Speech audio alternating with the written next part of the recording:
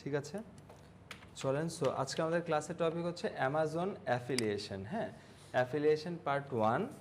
So ফার্স্টে যদি আমি একটু বলি যে অ্যাফিলিয়েশনটা কি, অ্যাফিলিয়েশন নিয়ে কি কেউ কখনো শুনেছি বা এর আগে প্রিভিয়াসলি কখনো? আচ্ছা, অ্যাফিলিয়েশনটা হচ্ছে বেসিক্যালি যে আপনি অন্য কারো প্রোডাক্ট যদি আপনি মার্কেটিং করে সেল করে দেন, তার বিনিময়ে সে যদি আপনাকে কোনো একটা পার্সেন্টেজ দেয় বা কমিশন দেয়, সেটা হচ্ছে কি মূলত অ্যাফিলিয়েশন।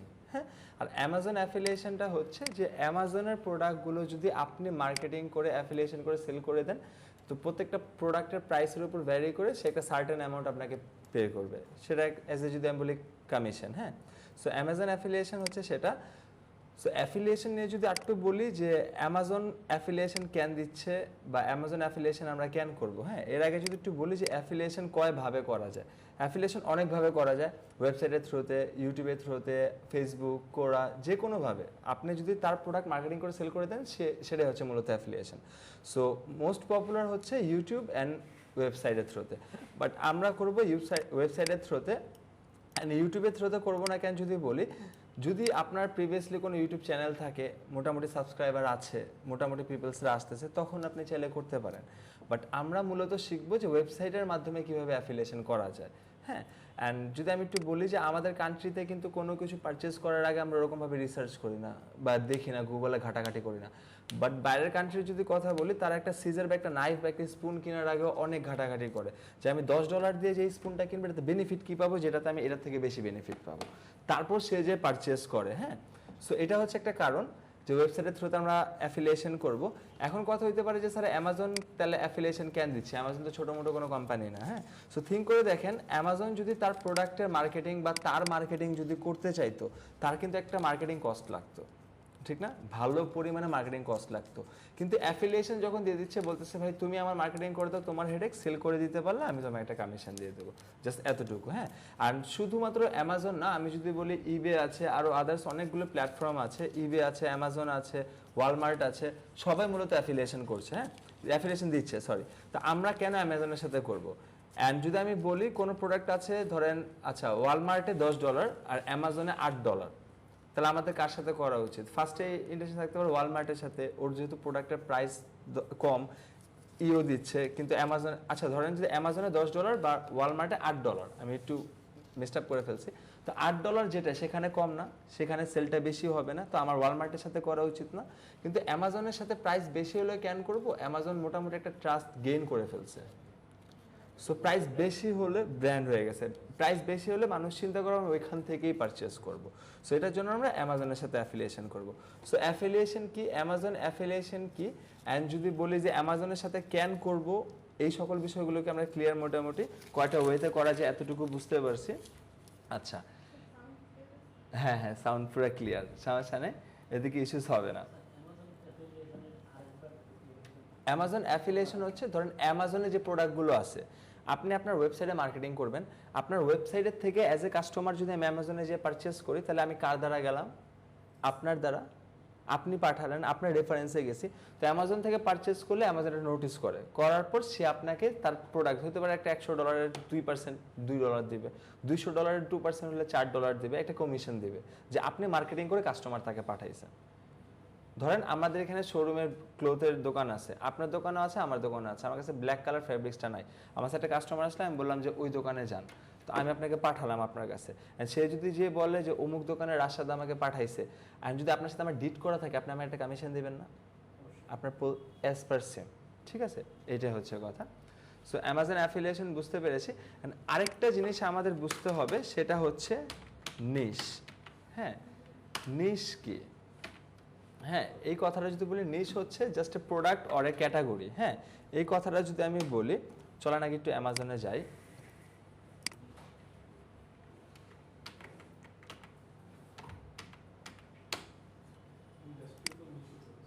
হ্যাঁ, ওইটাই এক প্রকার। হ্যাঁ, ইন্ডাস্ট্রি বা যেই ক্যাটাগরির প্রোডাক্ট আর কি আমরা সেল করতেছি।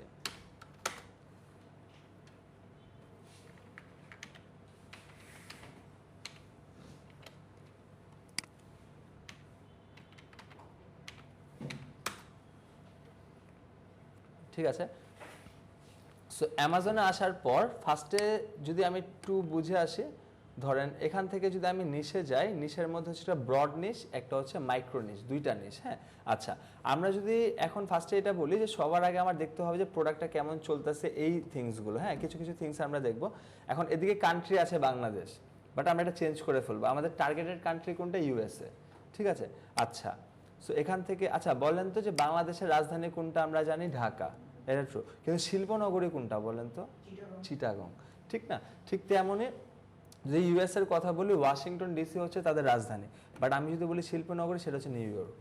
সো আমরা নিউ ইয়র্কের অ্যাড্রেসটা কেন দিব? যে প্রোডাক্টটা নিউ ইয়র্কে অ্যাভেলেবেল আছে, আমি বুঝে নিতে হবে পুরো ইউএসএ তো ওই প্রোডাক্ট অ্যাভেলেবেল আছে। অর্থাৎ যে প্রোডাক্টটা আমাদের ঢাকা অ্যান্ড চিটাগাংয়ে যদি অ্যাভেলেবেল থাকে, কিন্তু হোল কান্ট্রিতে অ্যাভেলেবেল থাকবে, বাট ঢাকা চিটাগাংয়ে না থাকলে কোনো জায়গায় নাই। হ্যাঁ, সেটার জন্য আমরা নিউ ইয়র্কে চলে যাব। সো নিউ ইয়র্ক, হ্যাঁ কোড, হ্যাঁ ওইটা যে কান্ট্রি সিটি কোডটা ছিল, আমরা এখান থেকেও চাইলে চুজ করে ফেলতে পারবো। এখানে বেসিক্যালি ডিরেক্টলি আর কি দেখা হচ্ছে ইউনাইটেড স্টেটসের মাইনর সিটিজগুলো, এই যে এখান থেকে মাইনর আইসল্যান্ডগুলো দেখাচ্ছে। সো আপনারা প্রোডাক্ট চুজ করতে যাবেন নিউ ইয়র্কে, দেখবেন যে নিউ ইয়র্কে অ্যাভেলেবেল আছে কিনা। ওই জায়গার যদি মানে মোটামুটি ডেলিভারি তারা দিতে পারতেছে, পুরো ইউএসএতে ওই প্রোডাক্ট আমি অ্যাভেলেবেল পাবো। আচ্ছা, তারপর এখান থেকে আসার পর অলে ক্লিক করার পর দেখেন এখানে কিন্তু অনেক প্রোডাক্ট আছে, কিন্তু এমন প্রোডাক্ট যদি আমরা চুজ করি যেটা চলতেছে না, খুব কম চলতেছে, আমাদের বেনিফিট হবে? হবে না। সো আমরা যাব বেস্ট সেলার্সে। এখানে ক্লিক করলে দেখেন বেস্ট সেলার্স অ্যামাজনই বলে দিচ্ছে কোন প্রোডাক্টগুলো সবচেয়ে বেশি চলতেছে। এগুলো হচ্ছে বেস্ট সেলার্স। হ্যাঁ, আচ্ছা, এখন যেমনটা বললাম নিশ দুই প্রকার, একটা হচ্ছে ব্রড নিশ, একটা হচ্ছে ব্রড নিশ, আরেকটা হচ্ছে মাইক্রো নিশ।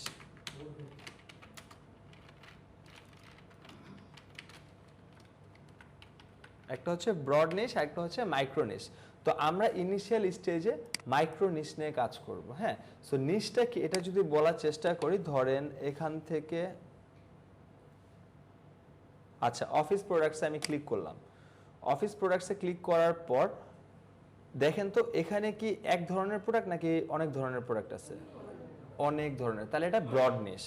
হ্যাঁ, আচ্ছা, আমরা চলেন ব্রড মানে নিশ মানে হচ্ছে প্রোডাক্ট, ধরেন এটা নিশ মানে হচ্ছে প্রোডাক্ট, ব্রড মানে হচ্ছে মাল্টিপল প্রোডাক্ট, আর ব্রড নিশ মাইক্রো নিশ হচ্ছে স্পেসিফিক একটা প্রোডাক্ট। হ্যাঁ, এরকম। তো তারপর যদি আমরা অফিস সাপ্লায়ার্সে আসি, বলেন তো এটা কি ব্রড নিশ না মাইক্রো নিশ? অর্থাৎ এখানে কি একটা প্রোডাক্ট? ভ্যারাইটিস আছে। তো চলেন দেখি আমরা কিছু পাই কি না। ব্রড নিশ দেখি আরেকবার যে যদি একটু দেখার চেষ্টা করি।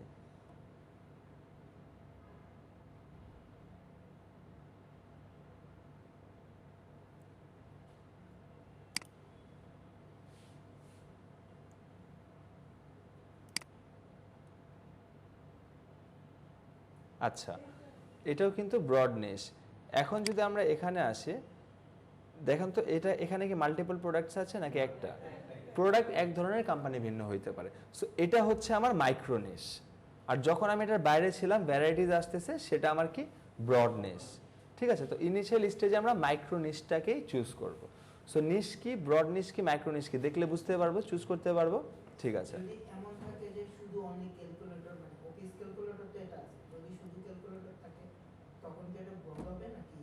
ক্যালকুলেটর হচ্ছে আপনার প্রোডাক্ট, ক্যালকুলেটর তো ক্যালকুলেটর, অফিস হোক বাসার হোক, ক্যালকুলেটর তো ক্যালকুলেটর। না আমি ভাবছি যে মানে একই অফিসের জন্য আবার হ্যাঁ, স্টুডেন্টদের জন্য একই প্রোডাক্ট থাকবে, সায়েন্টিফিক হোক নরমাল হোক, আপনি তো ক্যালকুলেটর সেল করতেছেন এরকম। মানে এটা ক্যালকুলেটরই থাকবে একটা প্রোডাক্ট। হ্যাঁ, এরকম। চলুন একটু ভালোভাবে দেখে আসি। এখন ধরেন অ্যাফিলিয়েশন দুইটা সাইট যদি দেখাই, আমি যদি হাউস অ্যান্ড বিয়ন্ডে আসি, অর্থাৎ ঘরে এবং বাহিরে, এখানে দেখেন ক্যাটাগরি স্ট্যান্ডার্ডে কতগুলো প্রোডাক্ট আছে না? একটা দুইটা, লটস অফ প্রোডাক্টস। এটা হচ্ছে ব্রড নিশ। তারপর যদি আমরা আরেকটাতে যাই, কফি এফেকশনে যদি আসি,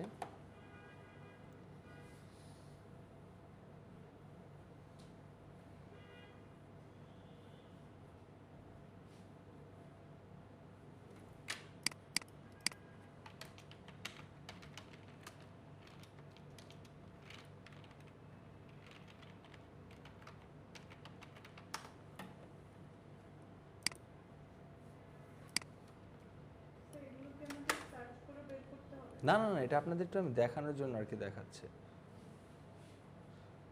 আচ্ছা, ওই ওয়েবসাইটে আসছে না। ধরেন এখানে যদি শুধুমাত্র কফি রিলেটেড কথাবার্তা থাকতো, কফি স্মুথি থাকতো, শুধুমাত্র কফি রিলেটেডে থাকতো, তখন সেটাকে আমরা কি বলতাম, মাইক্রোনিশ।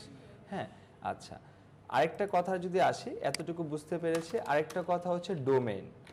হ্যাঁ, ডোমেইন বেসিক্যালি কয় ধরনের হয়, আমরা প্রিভিয়াসলি দেখেছিলাম না এক্সটেনশনের ক্যাটাগরিজ। সো ডোমেইন হচ্ছে ইএমডি, ফার্স্টেরটা হচ্ছে ইএমডি অর্থাৎ এক্স্যাক্ট ম্যাচ ডোমেইন।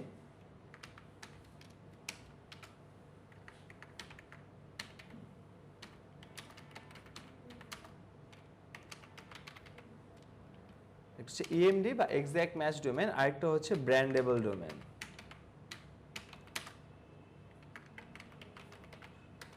আরেকটা যদি বলি সুপার ব্র্যান্ডেবল ডোমেন।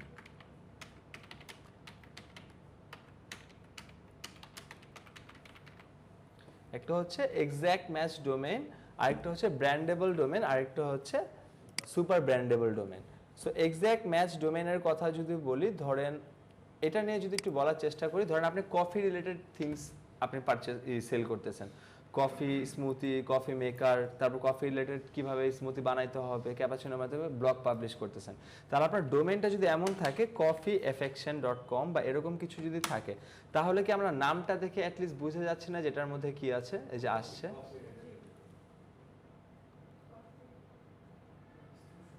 আচ্ছা, সো যেরকমটা ছিলাম যে এখানে যদি আসি, এখানে নামটা দেখে কি আমার বুঝতে কোনো ধরনের বাকি আছে যে কি আছে? এখানে দেখে বুঝে যাবে কফি রিলেটেড থিংসগুলো আছে।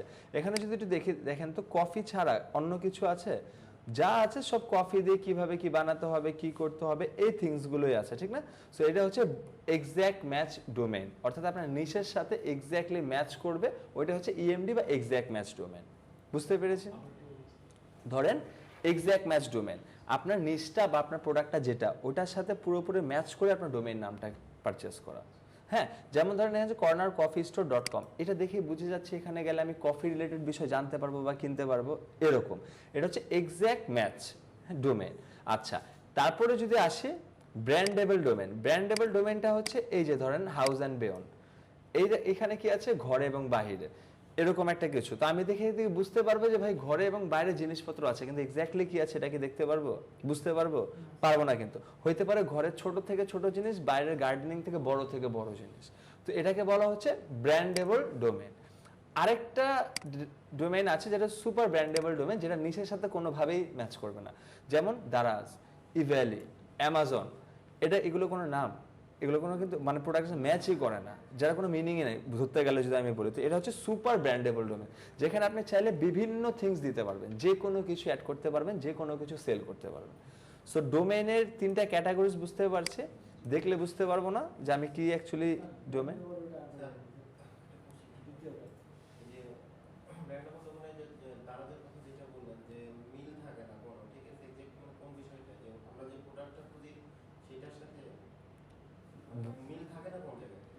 মিল থাকে না সুপার ব্র্যান্ডেবল ডোমেইনে।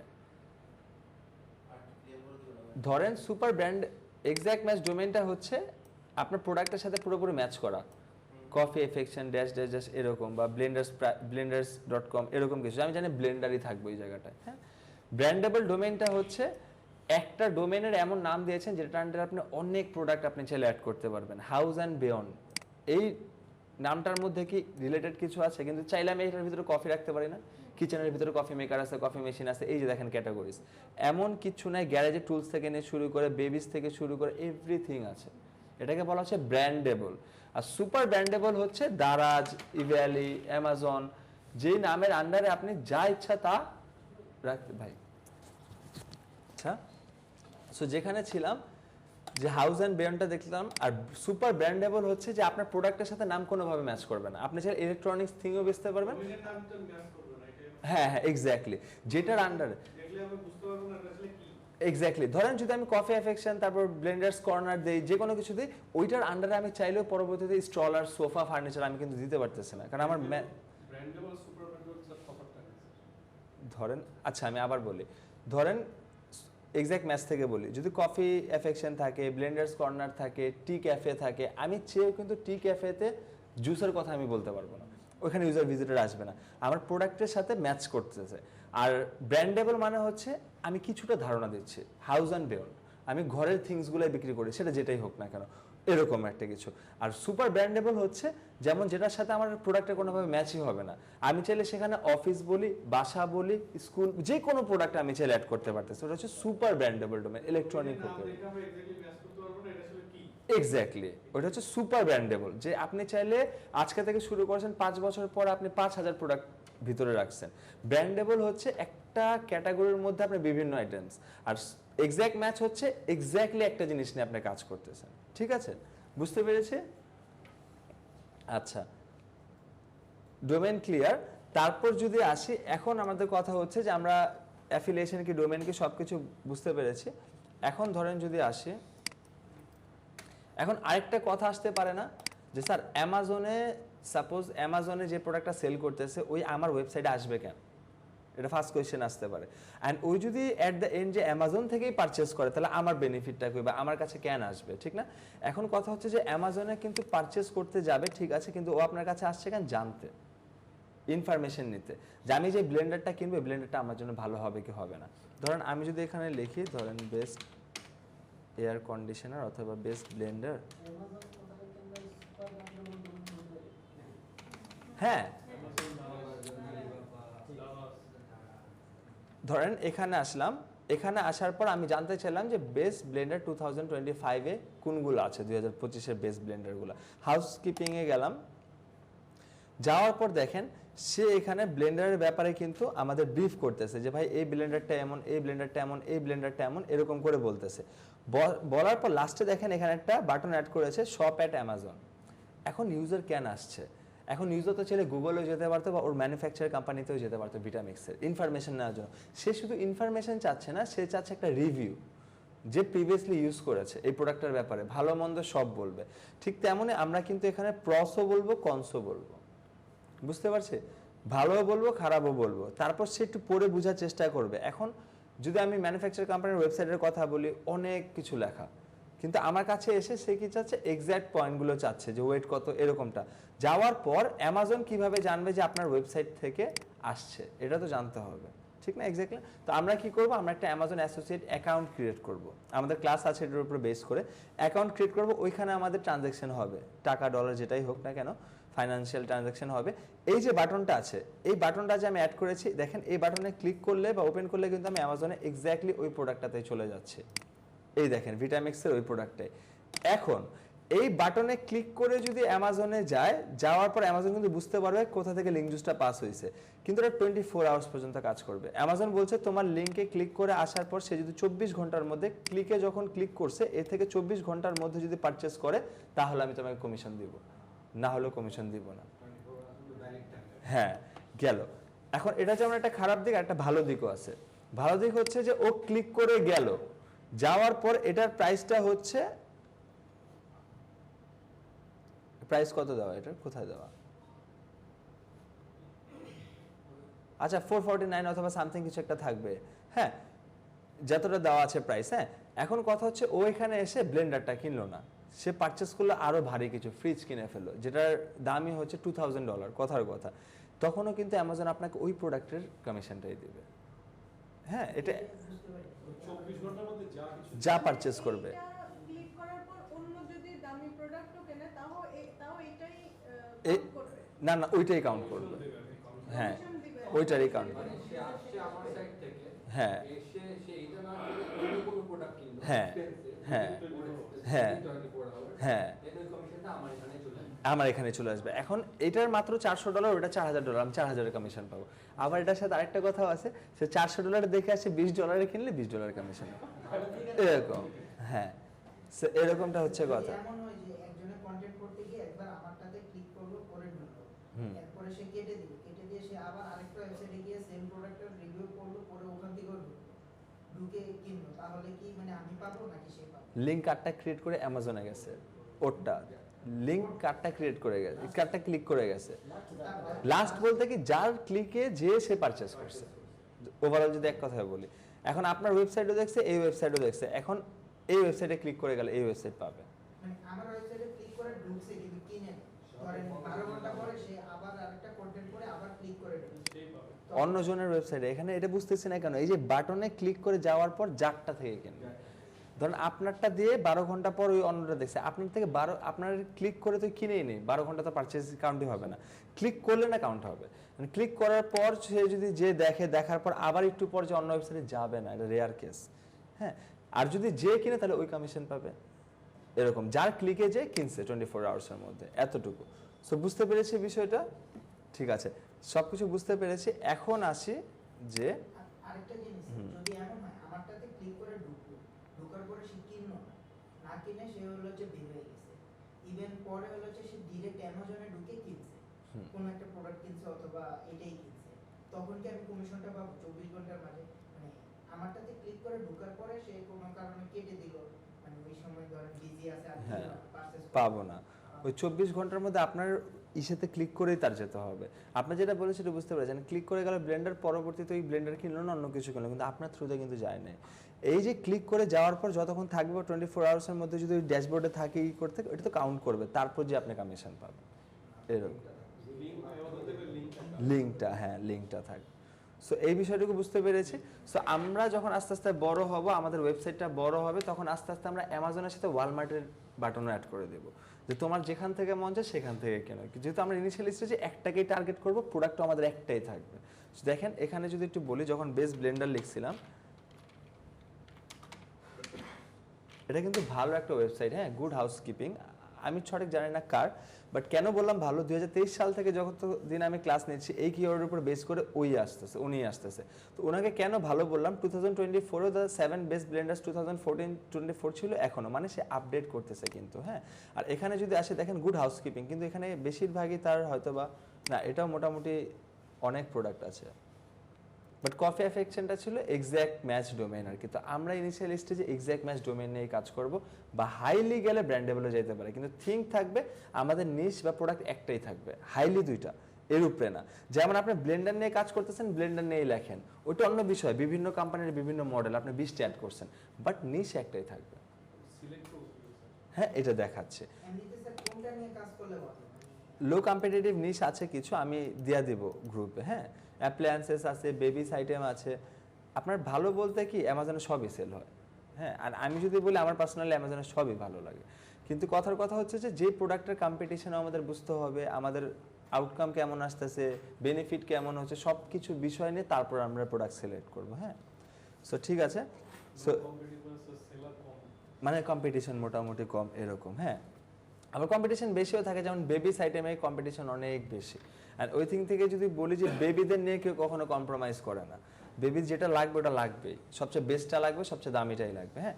সো এটা নিয়ে যদি বলি যেমন কম্পিটিশন আছে তেমন চলতেছেও, হ্যাঁ। তো ইনিশিয়াল স্টেজে আমি কিছু নাম দেবো যার যেটা ভালো লাগে। আবার একটা কথা হচ্ছে, ওই নিশের উপর রিসার্চ করে করতে হবে এমন না, আপনার যেটাতে ভালো লাগে।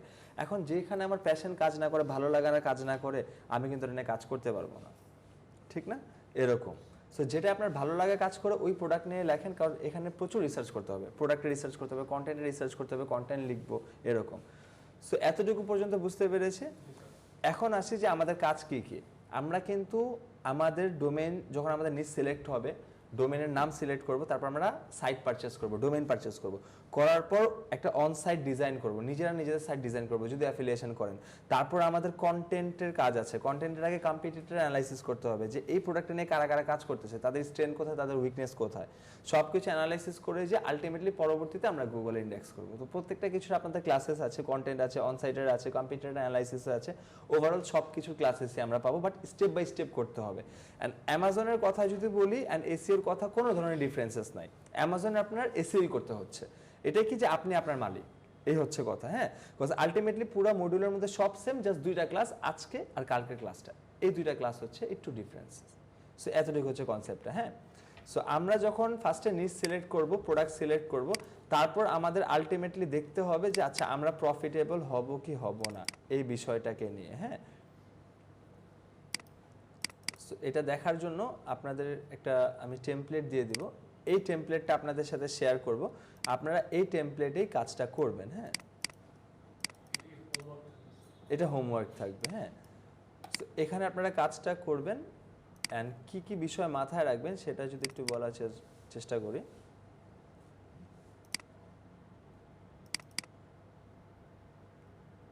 আচ্ছা, এই থিংসগুলো আমরা দেখার চেষ্টা করব। আমরা প্রিভিয়াস ক্লাসে বলেছিলাম না বেস্ট, চিপ, টপ রেটেড, এই কথাগুলো ইউজ করতে পারবো না, কারণ ওগুলা ছিল কোম্পানি বেস বা ই কমার্স বেস। ওয়েবসাইটগুলোতে আপনারা যদি যান বেস্ট কথাগুলো কিন্তু আমরা সেও অ্যাড করতে পারি না, নিজেকে নিজেই ভালো কিভাবে দাবি করা যায়। কিন্তু এখন যখন আমরা ব্লগিং সাইট ক্রিয়েট করতেছেন, অ্যাফিলিয়েট কিন্তু একটা ব্লগ সাইট যেখানে আপনি ভালো মন্দ বলতেছেন, প্রোডাক্টের ব্যাপারে রিভিউ দিচ্ছেন, ভালো হবে না খারাপ হবে, সেটা ব্লগ সাইট, সেখানে আপনি বেস্ট, টপ এই কথাগুলো অ্যাড করতে পারবেন। সো আমাদের কিওয়ার্ডগুলো কিরকম থাকবে? Best, top rated firm mattress, cheap firm mattress, quality firm mattress for sale, best firm mattress review, এরকমভাবে কন্টেন্ট স্ট্রাকচারগুলো থাকবে। বেস্ট ফার্ম ম্যাট্রেস, আমি যেমনটা দিলাম বেস্ট ব্লেন্ডার 2025, এই স্ট্রাকচারের উপর বেস করে আমাদের কিওয়ার্ডগুলো থাকবে। হ্যাঁ, আচ্ছা, এখন আমাদের চেক করতে হবে এই থিংসগুলো, ম্যাট্রিক্সগুলো, এগুলো যদি ফুলফিল করে তাহলে আমরা ওই প্রোডাক্ট নিয়ে কাজ করব। ফুলফিল না করলে কিন্তু আলটিমেটলি আমাদের কাজ করাটা লস, টোটাল লস। হ্যাঁ, অ্যান্ড সবচেয়ে বেশি সময় দেবেন নিশ রিসার্চের ক্ষেত্রে অ্যান্ড প্রোডাক্ট রিসার্চের ক্ষেত্রে, এই বিষয়টুকু মাথায় রাখবো। নিশ আর প্রোডাক্ট যদি আমি পারফেক্টলি ফার্স্টে ভালোভাবে যদি রিসার্চ না করি, পরবর্তীতে যে কিন্তু প্রবলেম, পরবর্তীতে যে মনে হচ্ছে এইটা না ওইটা নিয়ে কাজ করলে ভালো হইতো, টোটাল লস হবে। হ্যাঁ, কারণ আপনাদের কিন্তু ডোমেইন যদি করেন অ্যাফিলিয়েশন, ডোমেইন হোস্টিং সব কিছুই পারচেস করা লাগবে। আচ্ছা, এই থিংসগুলো আমরা কি কি চেক করব এটা যদি একটু দেখার চেষ্টা করি। সার্চ ট্রেন্ড, যে গুগলে এখন সার্চ করতেছে কি করতেছে না। গুগলে যদি সার্চ মানুষজন না করে, ওই প্রোডাক্টটা নিয়ে কি আমার কাজ করলে লাভ হবে? গুগলে যদি সার্চ না করে, তো এটার জন্য আমরা সার্চ ট্রেন্ডটা চেক করব। এটার জন্য আমরা যাব গুগলের property, Google Trends. Google Trends এই কথাটা লিখে যখন সার্চ করতেছি, এখানে আসার পর আপনারা চাইলে প্রোডাক্টটা লিখতে পারবেন। আচ্ছা, আমাদের প্রোডাক্ট চুজ করতে হবে কিসের? ধরেন তো এভারগ্রিন নাকি সিজনাল প্রোডাক্ট। আমাদের লাগবে এভারগ্রিন প্রোডাক্ট, কারণ সিজনাল যদি এমন হয় 3 মাস ভালো সেল হলো, 2 মান্থ সেল হলো না, তাহলে কিন্তু প্রবলেম। যেমন এভারগ্রিন সিজনালের কথা যদি বলি, ধরেন এয়ার কন্ডিশনার, শীতের দিনে উইন্টারে কেউ কিনে না। কিন্তু যদি এখানে আসার পর আমরা কোথাকার ডাটা দেখতে যাচ্ছি, ইউএসএ আমাদের টার্গেট, কিন্তু আমরা ইনিশিয়াল স্টেজে ওয়ার্ল্ড ওয়াইড ডাটা ধরবো যে কেমন ধরনের সার্চ হচ্ছে গুগলে। পাস্ট কত দিনে চাচ্ছি আমরা? 4 আওয়ার্স, 12 মান্থস, এই পর্যন্ত যেমন লাস্ট 5 ইয়ার্সের ডাটা দেখতে যাচ্ছি। লাস্ট 5 ইয়ার্সে মানুষজন কেমন ধরনের সার্চ করেছে বা সার্চ করেনি, ওই বিষয়টা আমরা দেখতে যাচ্ছি। সো এখানে যদি আসি, দেখেন এখানে 5 বছরের ডেটা যদি দেখি, একবার রেস করছে, একবার ফল করেছে, একবার রেস করেছে, একবার ফল করেছে, এরকমটা হয়েছে না? কজ এটা তো একটা সিজনাল প্রোডাক্ট। এখন যদি আমি এভারগ্রিন প্রোডাক্টের কথা ধরি, ধরেন আমি যদি ধরি পেট ফুডের কথা যদি বলি,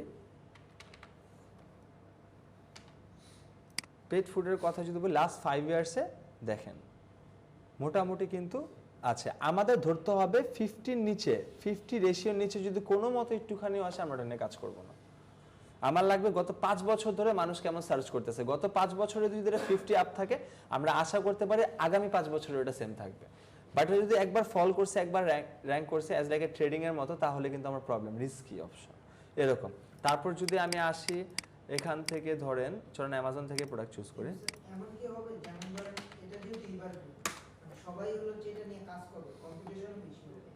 আর যেটা সিজনাল, ওটাতে তো হলো যে অনেকেই কাজ করতে চাবে, যে আমি যদি করি কম্পিটিশনটা কমে যাবে, তো অ্যাট লিস্ট কিছু হলো আমি মানে এগিয়ে থাকবো, অথবা কোনো একটা বুঝি নেই কোশ্চেনটাই। যেটা এভারগ্রিন, হ্যাঁ। সবাই তো চাবে যে এটা নিয়ে কাজ করবে, হ্যাঁ। কম্পিটিশনটা বেড়ে যাবে।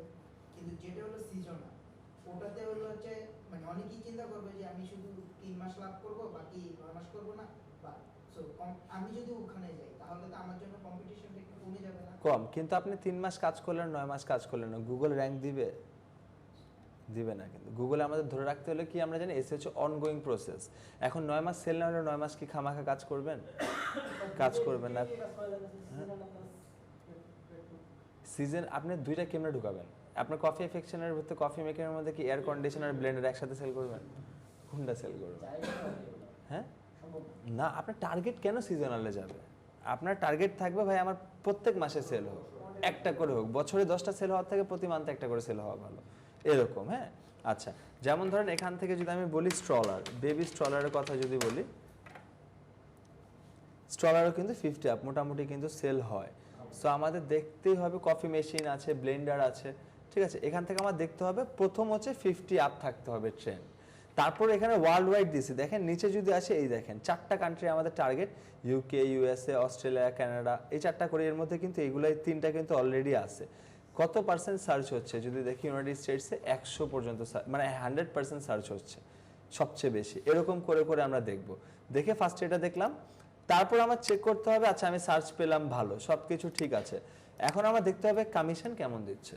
এখন সবই ভালো কিন্তু কমিশন কম, তাও তো আমার লস, তবুও আমার লস না, যে অ্যামাজন কেমন কমিশন দিচ্ছে।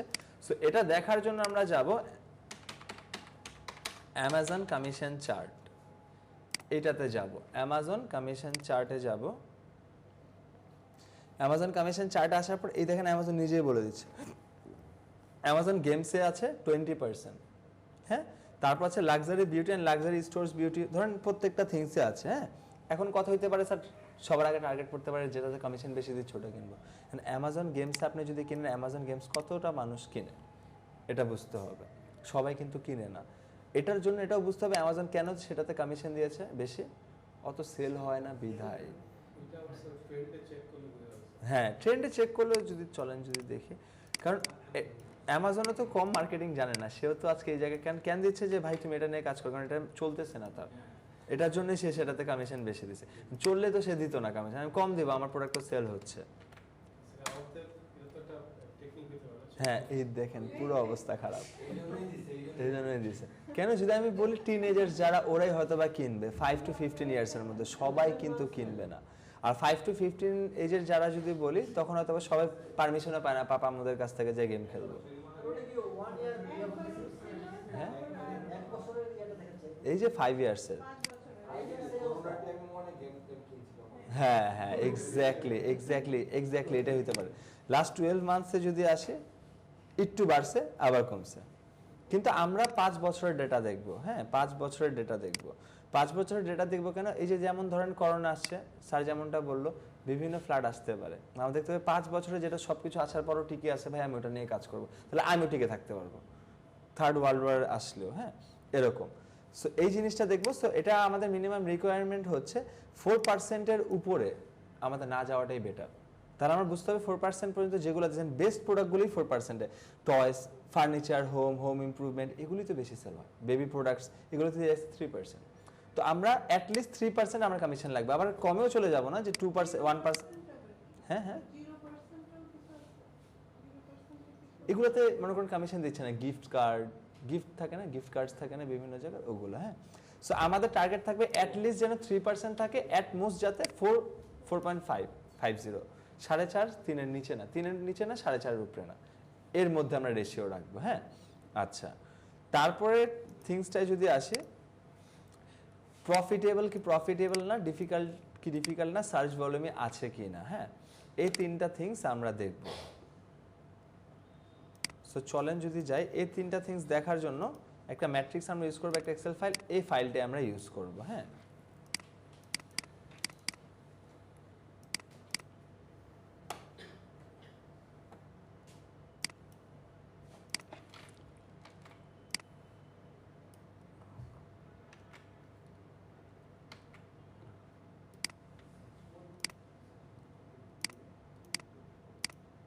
ঠিক আছে, দেখেন এখানে কি কি আছে, সার্চ ভলিউমি, actual competitor, ranking difficulty, PA, DA, এই থিংসগুলো আমরা দেখব। তো এই থিংসগুলো দেখার জন্য সবার আগে কি বলছে, কি চাইছে, সবার আগে চাইছে হচ্ছে সার্চ ভলিউমি, যে এই কিওয়ার্ডের কেমন সার্চ ভলিউমি আছে বা মানুষজন কেমন লিখে সার্চ করতেছে।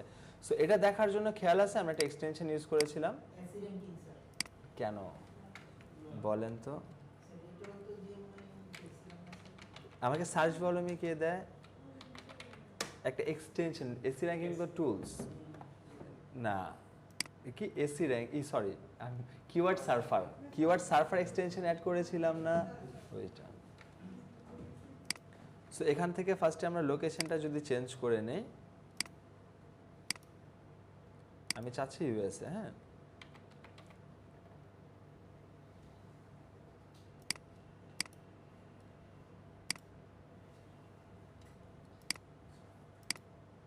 ইউনাইটেড স্টেটস দিলাম, দেন যদি আমি একটু দেওয়ার চেষ্টা করি,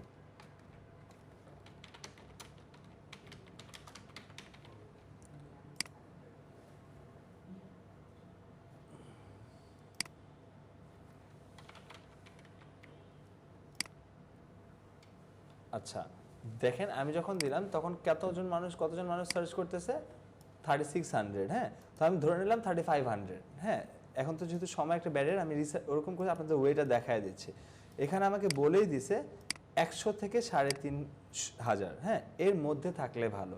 আমরা এক্সটেন্ড করতে পারি 4500 পর্যন্ত, এর উপরে আমরা যাব না। কজ যেটা সার্চ ভলিউমে বেশি ওই কিওয়ার্ডের কম্পিটিশনও কি বেশি, আমাদের মাঝখানের পার্সনকে ধরতে হবে, যেটা একদম নর্মাল না, একদম বেস্টও না। তো ঠিক আছে, এখানে যদি আমি কিওয়ার্ডটা বসাই,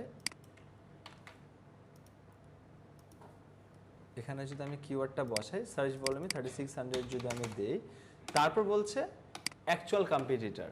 হ্যাঁ, আমরা খেয়াল আছে এটা লেখার পর এই জিনিসটা যে আসতো রেজাল্ট, আমরা বলতাম কম্পিটিশন আছে, আবার এটাও বলতাম এই কথাগুলো যে ওয়েবসাইটে আছে। বাট এই কিওয়ার্ডের এগেইনস্টে তারা আমার অ্যাকচুয়াল কম্পিটিটর না, অ্যাকচুয়াল কম্পিটিটর আমার লাগবে। তারা কম্পিটিটর বাট আমার অ্যাকচুয়াল কম্পিটিটর লাগবে। এটা দেখার জন্য আমি যাব কোথায়, এখানে লিখবো অল ইন টাইটেল, এই কথাটা জাস্ট লিখবো all in title colon, just এতটুকু লিখে যদি আমি ক্লিক করি, দেখেন এটা চেঞ্জ হবে নাম্বারটা।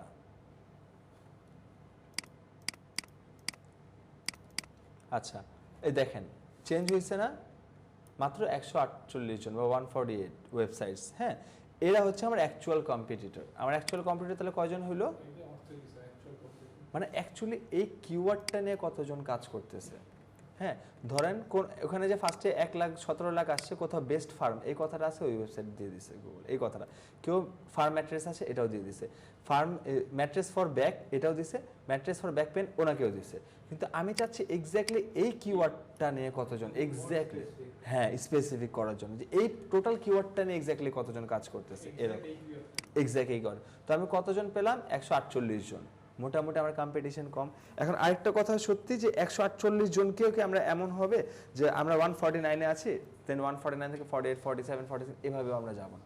আমরা কম্পিটিটর অ্যানালাইসিসের ক্লাসে আছে, আমার ফার্স্ট টার্গেট থাকবে ফার্স্ট পেজে যাওয়া। প্রথম 10 জন হচ্ছে আমার মেইন কম্পিটিটর, ওদেরকে আমরা বিট করব। পরবর্তীতে 2 লাখ থাকলেও আমার ইস্যুস নাই, কারণ আমার টার্গেট হচ্ছে ফার্স্ট পেজে যাওয়া। আমি একজন করে বিট করবো না, আমি ডিরেক্টলি যাবো। হ্যাঁ, সো কম্পিটিটর অ্যানালাইসিসের ক্লাসে আমরা একটু ইন ডেপথ দেখবো। সো আমরা আপাতত জাস্ট টার্গেট নিয়ে রাখতেছি। সো 148টা, হ্যাঁ, 148 যদি আমরা এখানে লিখে ফেলি, অ্যাকচুয়াল কম্পিটিটরস হচ্ছে 148। কিন্তু আমরা ইনিশিয়াল স্টেজে বলি 1500 পর্যন্ত কম্পিটিটর থাকলে ঠিক আছে, 1500-এর উপরে না যাওয়াটাই বেটার। ওই কিওয়ার্ড আমরা বাদ দিয়ে দেবো, হ্যাঁ। বাট আলটিমেটলি আমরা বিট করব, প্রথম 10 জনই হচ্ছে আমাদের মেইন টার্গেট। তারপর দেখাচ্ছে র্যাঙ্কিং ডিফিকাল্টি। হ্যাঁ, র্যাঙ্কিং ডিফিকাল্টি এটা যদি আসে, এটা হচ্ছে যে আপনার কিওয়ার্ডের এগেইনস্টে আপনি যে র্যাঙ্ক করবেন, আপনার র্যাঙ্ক করার ক্ষেত্রে কেমন ধরনের ডিফিকাল্টিস ফেস করতে হবে বা কতটুকু আছে। সো এখানে যদি আরেকটা ফাইল আমি দেখানোর চেষ্টা করি,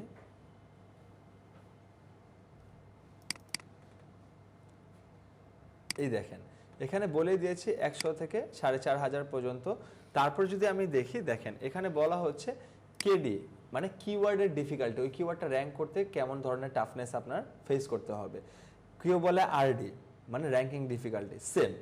কোনো টুলস বলবে কেডি, কোনো টুলস বলবে আরডি, কোনো টুলস বলবে এসডি, এসইও ডিফিকাল্টি, বাট সব কিছুর মিনিংটা সেমই। হ্যাঁ, যে কেমন ধরনের ডিফিকাল্টিস ফেস করতে হবে। সো আমরা এখানে বলে দিচ্ছি মজ যদি আপনাকে দেয় তাহলে 40 নিচে হইতে হবে, এসইও ডিফিকাল্টি এরকম। সো মজ অ্যাকর্ডিং টু মজ আপনার বিলো 40 থাকতে হবে কিওয়ার্ড ডিফিকাল্টি। তো এইচরেফস থেকে যদি দেখি, তিনটাই টুলস, এইচরেফস থেকে দেখলে বিলো 5 থাকতে হবে, স্পাইফু থেকে দেখলে 40 নিচে থাকতে হবে। আচ্ছা, এখানে হচ্ছে আরেকটা থিংস দেখেন, 100টা প্রোডাক্ট, আপনি যে প্রোডাক্টটা চুজ করতে চাচ্ছেন অবশ্যই কিন্তু 100টা প্রোডাক্ট অ্যাটলিস্ট অ্যাভেলেবেল থাকতেই হবে। 100টা প্রোডাক্ট যদি অ্যামাজনে অ্যাভেলেবেল না থাকে, আপনি প্রোডাক্ট নিয়ে কাজ করবেন না। এটা আমরা কীভাবে চেক করবো, এটা তো জানি নর্মালি, তবু আরেকটাবার দেখে আসে। অ্যামাজনে যাওয়ার পর যদি আপনি লেখেন কোনো কিছু, ধরেন ম্যাট্রেস লিখলাম, দেখেন এখানে 60,000 প্রোডাক্ট আছে, মানে থাকবে ইনাফ প্রোডাক্ট থাকবে, তবু একটু একবার চেক করে নেব। হ্যাঁ, রেয়ার প্রোডাক্ট যেন না হয়, পরিচিত প্রোডাক্ট থাকলে ভালো। সেল কম হোক বা দাম কম হোক, হবে একটা যেটার সাথে মানুষরা বেশি পরিচিত বা ডেইলি নিডস যেগুলো। আচ্ছা, র্যাঙ্কিং ডিফিকাল্টি এটা চেক করার জন্য আমরা মজে যাব। মজ একটু প্রবলেম করে, এটার জন্য আমরা এই স্পাইফুকেও অ্যাড করেছি। সো চলেন একবার ট্রাই করি, মজ যদি কাজ করে তাহলে আর ইস্যুস নেই। আচ্ছা, মজ আমার এটাতে আগের থেকেই আছে, চলেন আমরা অন্য একটা মেইলে যাই। হ্যাঁ, মজ একটা টুলস, একটা জাস্ট টুলস, না ডাউনলোড করতে হবে। হ্যাঁ, না না কিওয়ার্ড রিসার্চ, কিওয়ার্ডের আইডিয়া দেবে, আপনার ডিফিকাল্টিও দিবে, আপনার এটাতে কম্পিটিশন দেখবেন। অ্যাড করে নেব, হ্যাঁ কিন্তু একটু ডিফিকাল্টিস ফেস করতে হয়। আমি অন্য একজনের আমি দেখাচ্ছি স্যার। আমার এটাতে আগে থেকে মসটা আর কি ইনস্টল করা, এটার জন্য আর কি এটাতে প্রবলেম করবে যে মস বার এক্সটেনশন অ্যাড করা। আমি একদম নিউলি ভাবে দেখাই। হ্যাঁ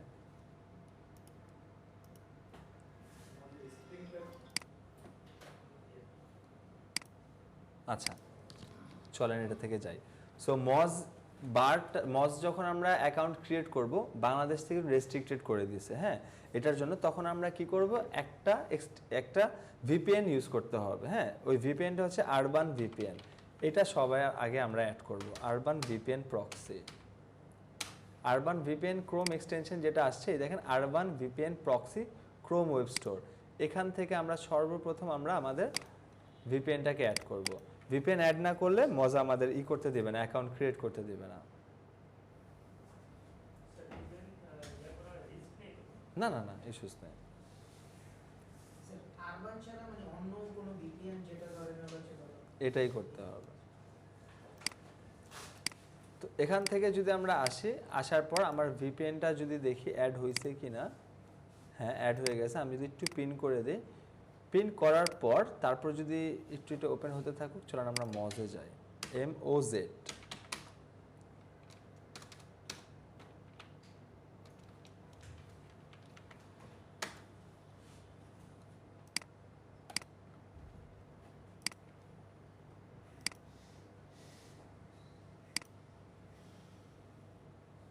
এটা প্লে করে দিলেই কাউন্টডাউন স্টার্ট হলেই হয়ে যাবে। আচ্ছা কানেক্ট হয়ে গেছে। হ্যাঁ এখন আমরা মজেজে ক্রিয়েট করার চেষ্টা অ্যাড করবো, এক্সটেনশন অ্যাড করে অন করে ফেলবো। তারপর যদি আসি, যেখান থেকে যদি আমরা সাইন আপ করি, ক্রিয়েট অ্যান অ্যাকাউন্টে আসবো। এটাতে পেন করে না টেম্প মেল থেকে, বাট আপনার ভিপিএনটা অন করে রাখতে হবে, না হলে কোনোভাবে আমরা ক্রিয়েট করতে পারবো না।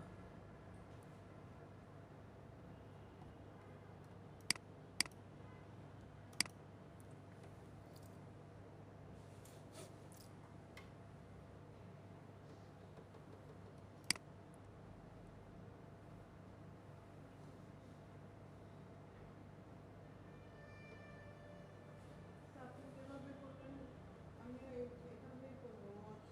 মজ, হ্যাঁ ফার্স্টে আমরা ভিপিএন অ্যাড করব, ভিপিএন অন করব, তারপর মজে যে সাইন আপে ক্লিক করব। না না কোনো সমস্যা নাই, কিন্তু যে যেমন বললাম যে এসি র্যাঙ্কিং 14 দিনের ফ্রি ট্রায়াল দিত, মজ আপনাকে 10টা কিওয়ার্ডের ম্যাট্রিক্স দেবে, তারপর সে বলবে টাকা দাও, পেড টুলস। হ্যাঁ সো আমরা কি করব, আমরা টেম্প মেল দিয়ে 10টা 100টা করলে 10 বা 10টা মেল দিয়ে করব। হ্যাঁ এরকম একটু কষ্ট করলাম। $100 নিম্নে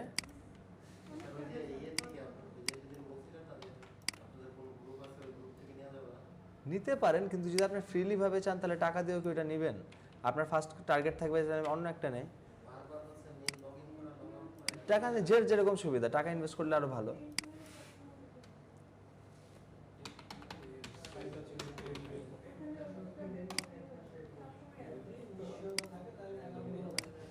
তারপর নেক্সট স্টেপে চলে যান। আচ্ছা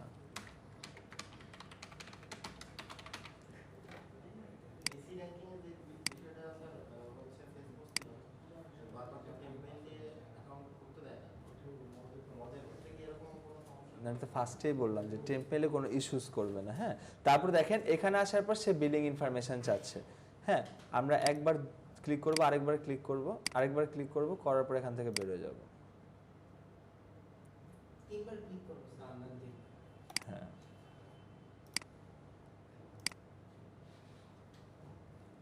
অ্যাকাউন্ট ক্রিয়েট হয়ে গেছে। হ্যাঁ অলমোস্ট ক্রিয়েট হয়ে গেছে। ওই বিলিং ইনফরমেশন চাবে, বাট আমরা বিলিং ইনফরমেশন দিব না। বিলিং ইনফরমেশন দিতেই গেলে কার্ডের নাম্বার চাবে, টাকা কেটে মানে কাটার হবে। তো আমরা দুইবার ক্লিক করবো, ওকে বুঝাবো যে হ্যাঁ আমি ট্রাই করতেছি, হচ্ছে না, ব্যাকে চলে আসবো। তাহলে কি হবে যে আমার অ্যাকাউন্ট কিন্তু ক্রিয়েট হয়ে গেছে, আমি কিন্তু লগ ইন। আচ্ছা দুইবার 3বার দিলেই হয়, মানে ওকে একটু বুঝে দেবো, আমি চেষ্টা করছি ভাই, কাজ হয় না, চলে যাও এরকম। আচ্ছা এটা আমি অন করে ফেললাম। এখন আমার লাগবে একটা বার, মজ বার। হ্যাঁ তো এটা আমি দিব মজ বার। মজ বার এক্সটেনশন, এটা আরেকটা এক্সটেনশন, যেটা হচ্ছে মজ বার এক্সটেনশন। ওইটা অ্যাড করার পর এটা হ্যাঁ, ওইটা অ্যাড করার পরে এটা মজ বারটা যদি অ্যাড করি,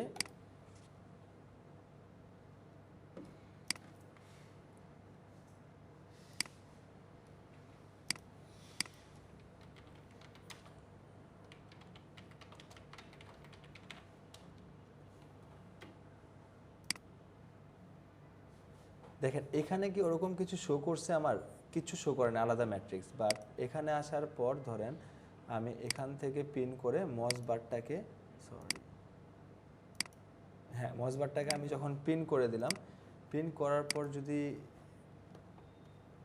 এখান থেকে তারপর আমি যদি এখানে আসি,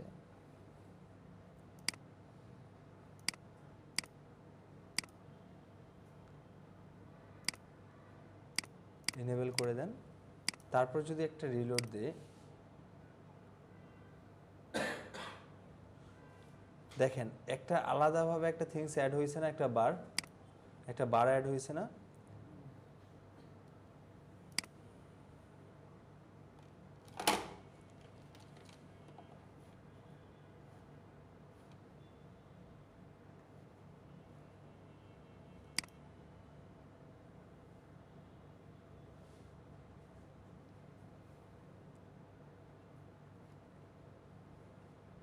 আচ্ছা, তারা এখন দিচ্ছে না, ডিএপি আসছে বাট ফ্রি ভার্সনে দিচ্ছে না।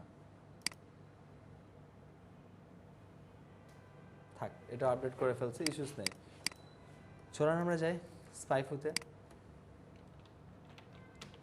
এটা তো দেওয়ার কথা, নতুন অ্যাকাউন্টগুলো কি দিচ্ছে না? না, একটু দাঁড়ান তো।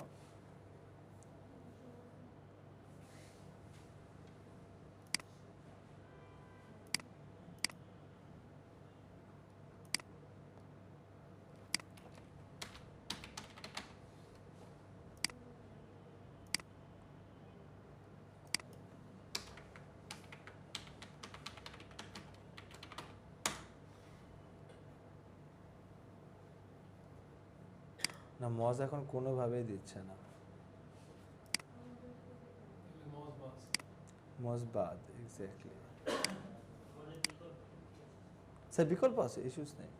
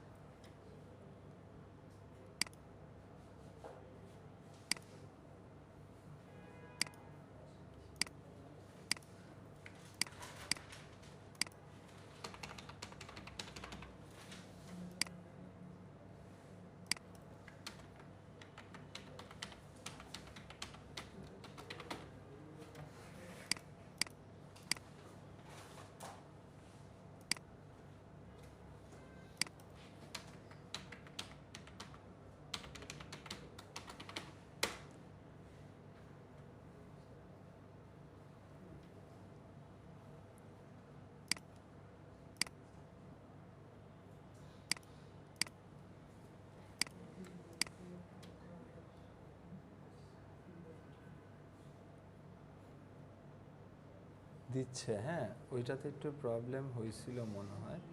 আচ্ছা, ওইটাতে মনে হয় আমি একটা থিংস অ্যাড করে নিই, লগ ইন করে নিই।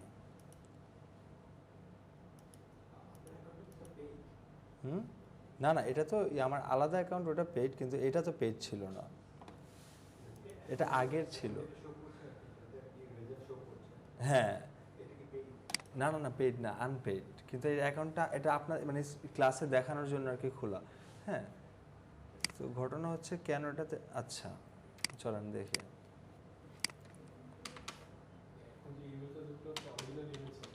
হ্যাঁ, মানে এখানকার না, টেম্পেল ইস্যুস হয় না। আচ্ছা, এই দেখেন এখন দেখাবে। হ্যাঁ, কিছু না, ওখানে প্রবলেম ছিল হচ্ছে কি ইনেবল ডিএ মোড, ডিএ একটা ছিল না, ডিএ মোড, ওটা মেবি ক্লিক করে নেই আর কি, আমি সিরিয়াল তাড়াহুড়া করছি তো দিবে। সো আমরা কি করব, একটা মাথায় রাখি, ইজিলি ভাবে যাব। আমরা কি করব, সবার আগে একটা ভিপিএন অ্যাড করব, এক্সটেনশন অ্যাড করার পর ওই ভিপিএন রানিং অবস্থায় আমি অ্যাকাউন্ট ক্রিয়েট করব, লগ ইন করবো। আরেকটা সবচেয়ে ইম্পর্টেন্ট থিংস হচ্ছে মজ বারটা আপনি ক্লিক করলে না মজ বারটা আসতেছে, যদি অ্যাকাউন্টে লগ ইন না থাকে মজ বার শো করবে না। আমরা অ্যাকাউন্ট ক্রিয়েটের সময় R1 ভিপিএনটা লাগবে, অ্যাকাউন্ট ক্রিয়েট ডান, ভিপিএন আর প্রয়োজনই নেই, ইউজ করতে ভিপিএন লাগবে না অ্যাকাউন্ট ক্রিয়েট করতে। বাট অ্যাকাউন্ট ক্রিয়েট ডান, আপনি এখন মজ বারটা যেটা অ্যাড করেছেন ওইটা অ্যাড করে যদি ম্যাট্রিক্স চান আপনার মজে লগ ইন থাকতে হবে। যেমন আমি আমার মেলে দেখলেন না, আগে লগ ইন করলাম তারপর মজ বারে ক্লিক করছি, যদি এই মজের মধ্যে লগ ইন ছাড়া মজ বারে ক্লিক করেন মজ বার শো করবে না। বুঝতে পেরেছে? আচ্ছা, এখন চলেন এখন একটু দেখি, কারণ আমি জানতাম যে এটা পেইড ঠিক আছে, বাট কিছু থিংস দেয় কিছু থিংস দেয় না। যেমন এই দেখেন এই লিঙ্কস আর এটা ছিল, হ্যাঁ। আচ্ছা, সো এখান থেকে দেখেন ডিএ পিএ, ডিএটা কি, ডিএটা হচ্ছে বেসিক্যালি ডোমেইন অথরিটি, আর পিএটা হচ্ছে পেজ অথরিটি। ডোমেইন অথরিটিটা হচ্ছে ওর ডোমেইনের কতটুকু স্ট্রেংথ আছে, কতটুকু স্ট্রেংথ মানে হচ্ছে কতটুকু পাওয়ারফুল, কিভাবে এসইওটা কতটুকু স্ট্রেংথ আছে। আর পেজ হচ্ছে পি অথরিটি অথবা পেজ অথরিটি হচ্ছে স্পেসিফিক একটা ল্যান্ডিং পেজ আসছে না আমাদের কিওয়ার্ডের এগেইনস্টে পুরো ওয়েবসাইটের, সো ওই পেজের স্ট্রেংথ কেমন, এসইও স্ট্রেংথ কেমন, এটা আমরা অ্যানালাইসিস করব। তো আমাদের এখানে ফার্স্টে কি বলছে দেখেন, না স্যার, মানে এসইওটা কতটুকু ভালোভাবে করা, দেখেন তারটা যদি মোটামুটি করা থাকে আমরা তাহলে মাথায় নিয়ে নেব একটু ভালোভাবে করলে আমরা তাকে বিট করে ফেলতেছি এরকম। হ্যাঁ, দেখেন এখানে যদি দেখি এই পার্ট আমাদের শেষ, এখানে বলতেছে যে কেডি অ্যাটলিস্ট 40 এর নিচে থাকতে হবে, 40 এর নিচে থাকতে হবে কয়টা পেজে, at least one on the first page with DAPA below 40, 50 আছে, 50 পর্যন্ত আমরা যাইতে পারি, বাট 40তে টার্গেট করব, মানে 40-এর নিচে যার পয়েন্ট আছে বা যার মার্ক আছে একজনকে খুঁজে পাইলেই হবে। হ্যাঁ, আবার এটাকে কিন্তু দেখবো না, হ্যাঁ এটা কি কোনো ওয়েবসাইট, এটাকে কাউন্ট করব না। 94, 53, 94, 52, 95 সবার অথরিটি ভালো, সবার ডোমেন অ্যান্ড অথরিটি ভালো। আমরা ডিএ কে ছাড় দিতে পারি, ডোমেন অথরিটি একটা সাইটের হতেই পারে বেশি, কিন্তু আমরা পিএ কেই টার্গেট করব। 40 এর নিচে যদি আসি, আচ্ছা এই যে একজনকে পেয়েছি না, বুঝিনি, হ্যাঁ একজনকে পেয়েছি না, দ্যাটস ইট, যে আমরা তাকে পেয়েছি। আমরা এখানে কি লিখবো,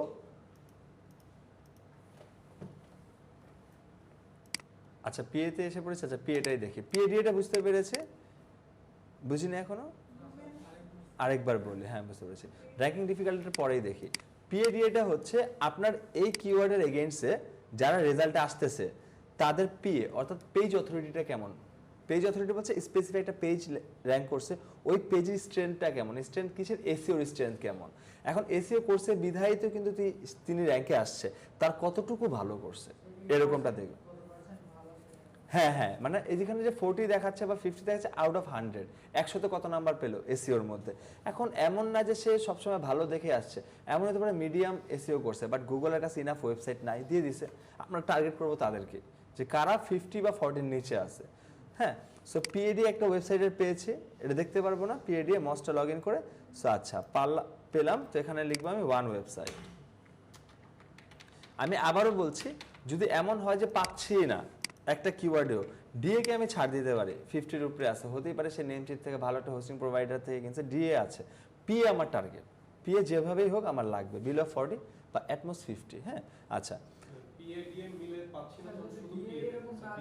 এক্স্যাক্টলি, আমি এক পিএ পাচ্ছি না কোনো কিওয়ার্ড, আমি 5টা কিওয়ার্ড নিয়ে সার্চ করতেছি, আর পিএ খুঁজবে অ্যাটলিস্ট, পিএ না পাইলে তখন কোনো কিওয়ার্ডই বাদ, না না তখনও একটা ওয়েবসাইট লিখে দেন, কারণ একটা ওয়েবসাইট তো আপনার পেয়েছেন পিএ ছাড়া, ওকে আপনার টার্গেট এরকম। আচ্ছা, তারপর আছে র্যাঙ্কিং ডিফিকাল্টি। র্যাঙ্কিং ডিফিকাল্টিটা যেমনটা বললাম যে এই কিওয়ার্ডের কেমন ডিফিকাল্টিস আর কি ফেস করতে হবে, হ্যাঁ এটা আর কি এখানে বলতে হচ্ছে। তখন আমরা কি করব, এখানে আসবো,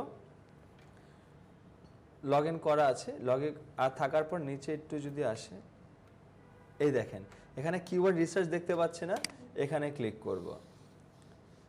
ক্লিক করার পর এখানে দেখেন ও বলে দিচ্ছে 10টাই পর্যন্তই আমাদের দিবে। আচ্ছা এখন নাম্বার আসেনি, চলো এটা দিয়ে নেই। অ্যানালাইসিসে যদি ক্লিক করি, আমি আবারও বলছি মস কিন্তু অনেক ভালো একটা টুলস, অ্যান্ড আবার একটা বলছি, যদি পসিবল হয় টাকা ছাড়াই কাজ করবেন। কারণ আমরা যদি শিখতে আসছি, শেখার সময় যদি আমরা চিন্তা করি আরামে করবো, তাহলে আর কাজ শিখবো কি আর করবোটা কি?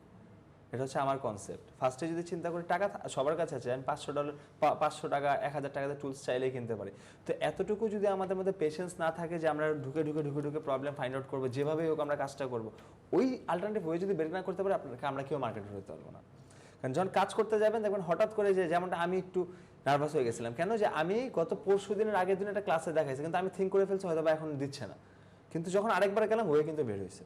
ওয়ে বের করা শিখতে হবে। আর অ্যাজ এ মার্কেটার যদি আমরা টাকা দিয়ে কাজ করে দিলে আমরা কিসের মার্কেটার হলাম? আমি সবসময় এটা বলি যে আমাদের ওয়ে জানতে হবে, যেমনি হোক। ফ্রিটা মেটার না, মেটার হচ্ছে আমি কাজটা কেমনে করতেছি, যেমনি হোক আমি কাজ করে দেবো, এরকম। আচ্ছা, এখানে র্যাঙ্কিং ডিফিকাল্টিটা কি আসতেছে? 58, বাট আমাদের এটা হবে, আমাদের 40 নিচে লাগবে। র্যাঙ্কিং ডিফিকাল্টিতে কম্প্রোমাইজ করতে পারবো না, খুব বেশি হইলে 50, এর উপরে যাবোই না।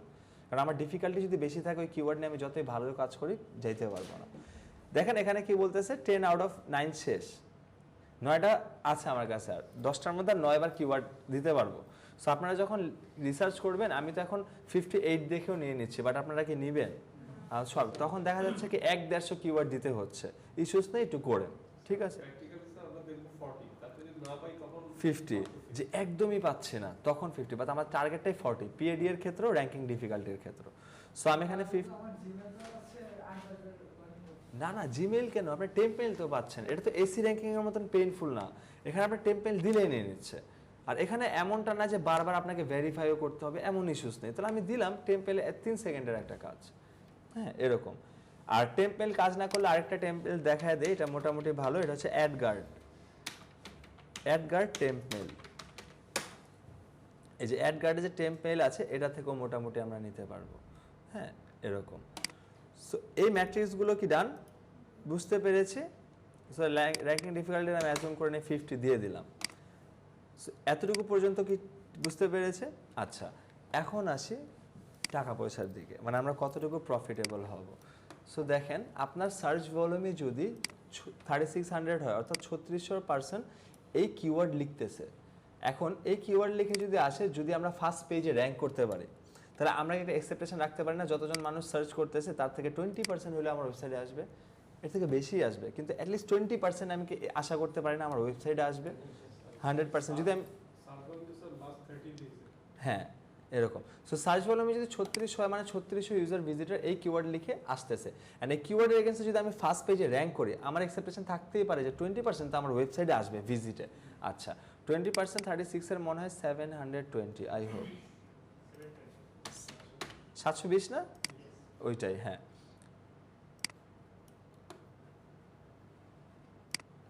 আচ্ছা, সো আমি এখানে লিখলাম 720 লিখলাম। এখন 720 জন আমার ওয়েবসাইটের ভিতরে আসছে, এই এক্সপেকটেশন আমি করছি। এখন 720 জন যদি আইসা থাকে, এই 720 জনের থেকে 10% তো অ্যাটলিস্ট মানুষজন আমার প্রোডাক্ট পারচেস করতে পারে, আমি এক্সপেকটেশন রাখতে পারি না? আচ্ছা, তো 72 প্রোডাক্ট আমার সেল হইতে পারে, এই চিন্তা আমি করলাম। আচ্ছা, অ্যান্ড প্রোডাক্টের কস্ট কত, ফার্ম অ্যাড্রেস কত ছিল, এটা মানে দেখা হয়নি।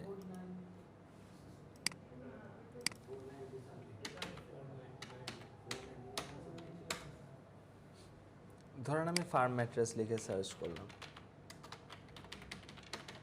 এখন আমরা প্রোডাক্টের কস্টটা কিভাবে বের করব? হইতেই পারে কোনোটা 500, কোনোটা 50। তখন আমরা যেভাবে বের করব, এভারেজ প্রোডাক্ট প্রাইস বের করতে হবে। তখন আমি কি করব, এই পেজের মধ্যে যতগুলো ফার্স্ট পেজে লেখার পর ফার্স্ট পেজে যতগুলা আসবে অতগুলা দিয়ে আমি ডিভাইডেড করব। কিভাবে? এই ধরেন এই পর্যন্ত যদি দেখি 5টা, তারপর 1 2 3 4 5 6 7 8 9 10 11, 10টা ছিল, হয়তো আমি একটা কাউন্টারে মিস্টেক করছি, না 10টা 11টা 12টা 13টা 14টা আছে। 14টা কয়টা হয় প্রোডাক্ট? 5 14 5 10 50 4 5 20, 70টা, এরকম 70 প্রোডাক্ট। হ্যাঁ, তো ওরকম ভাবে, তো কিভাবে 70 প্রোডাক্টে আপনারা ধরবেন? হ্যাঁ, সো আমি এদিকে দেখাই দিচ্ছি আপাতত 5টা প্রোডাক্ট নিয়ে এভারেজ বের করবো। খালি ধরেন $155 প্লাস 649 প্লাস যদি 319 থাকে, 3টা গেল 1799, তারপর গেল 289। আমি কয়টা প্রোডাক্ট নিয়েছি? 5টা। 5টাকে কি করব? ডিভাইডেড বাই 5, আমি এভারেজটা পেয়ে গেলাম। বুঝতে পেরেছি? তো আপনি তো 5টা নিয়ে ডিফারেন্সটা কেমন জানি না, মানে 151 একটা একটা 1709। এখানে নিশ্চয়ই কিছু না কিছু দিচ্ছে যদি আমি বলি, ঠিক না? কারণ খুবই অড, কারণ দেখা যাচ্ছে হ্যাঁ, কারণ খালি ফিচার হইলে হবে না, কারণ আমি যদি বলি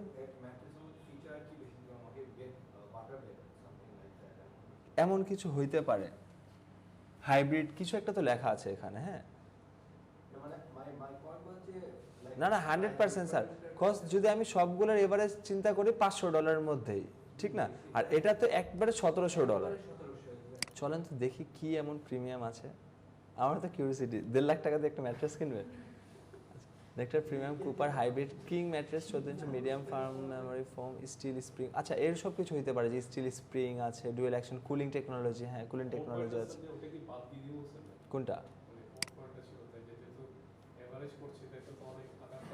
হ্যাঁ, এটা বাদ দিতে পারি, নাহলে কিন্তু আমি এভারেজটা পাচ্ছি না এক্স্যাক্ট পুরো পেজেরটা। কিন্তু হঠাৎ হঠাৎ এরকম উইয়ার্ড থিং আসলে তো ওটা বাদ দিয়ে দিলাম, কারণ ওইটার জন্য কিন্তু আমার প্রোডাক্টের প্রাইসটা অন্যরকম হয়ে যাচ্ছে, ঠিক না?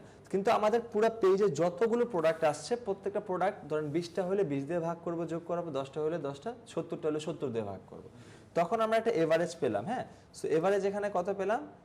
641। আমি ধরে নিলাম 350 পেলাম, ঠিক না? আমি ধরে নিলাম 350 পেলাম। সো 350 যখন 350 যখন পেলাম, প্রোডাক্ট কস্ট হচ্ছে 350। এখন অ্যামাজন আমাকে কেমন ধরনের চার্জ করতেছে এই এগেইনস্টে? ফার্ম ম্যাট্রেস কিসের মধ্যে পড়ে? হাউসের মধ্যে, হোমের মধ্যে পড়ে, হোম অ্যাপ্লায়েন্সেসের মধ্যে পড়ে। সো আমি যদি অ্যামাজন কমিশন চার্টটা যদি একটু ওপেন করি, হোম অ্যাপ্লায়েন্সেস কই দেখেন তো, এই দুইটার মধ্যেই থাকবে। এই যে হোম ইমপ্রুভমেন্ট বা হোম, এটার মধ্যেই তো পড়ে, ঠিক না? সো 3% পর্যন্ত আমাকে কমিশন দিচ্ছে। বলেন।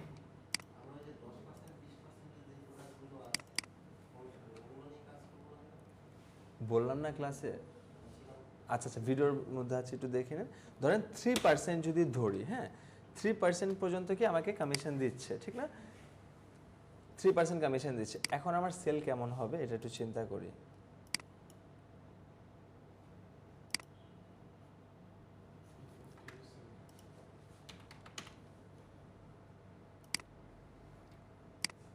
এখন একটা জিনিস বুঝতে হবে, আপনার একটা প্রোডাক্টের এগেইনস্টে কমিশন দিচ্ছে কত? 3%, $10। আপনার প্রোডাক্ট সেল হচ্ছে কয়টা?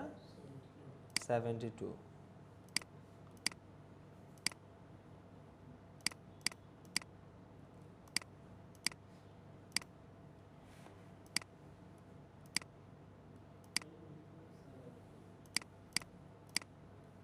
$756।